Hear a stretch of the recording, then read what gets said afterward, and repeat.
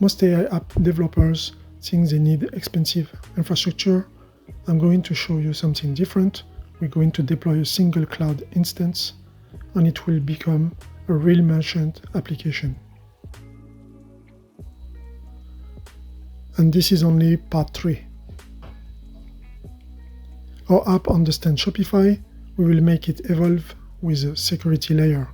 We will make the AI think and secure.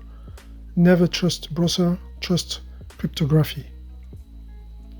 Wrangler.toml, we update. So the dev platform, you have the app, you can go in the settings. From the settings, you get the client ID, you get the secret that you can rotate if you want. That's where we get those values from. Wrangler.toml, we have the Shopify client ID updated, the allowed shop, and we have added now the AI models tags also. Okay, I'm using Quen and I'm using a fallback. And here in the index.html,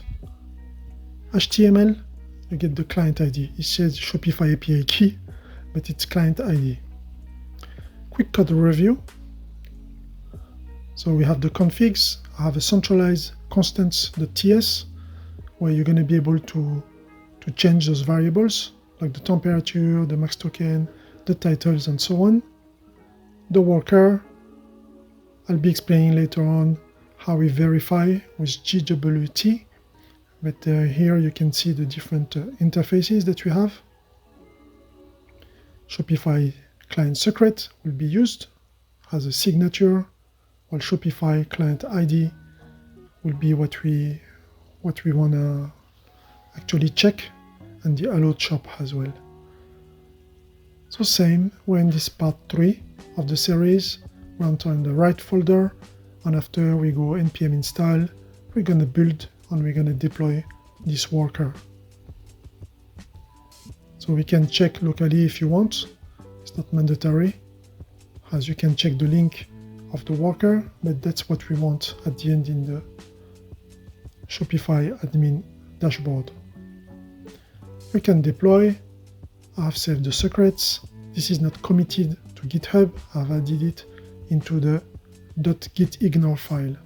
Secret never reach browsers, ever. That's why we use this way. We're just going to be adding the secret into the environment variables. AI, assets, Shopify client ID, allowed shop, and the models.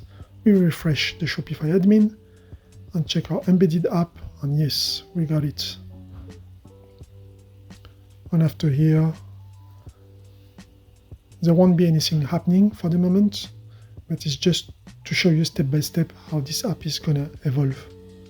Text, fictional for the moment, about, instructions, because we will be able to prompt from our final application. And this is just giving you the layer of where the prompt can live. And after you just click a button inside Shopify, obtain the fresh app bridge session token, and post the product plus these instructions. Okay, we will see JWT later on. The AI can think, but it still cannot act. Human in the loop plus AI. That's what's coming next. I'll see you in the next.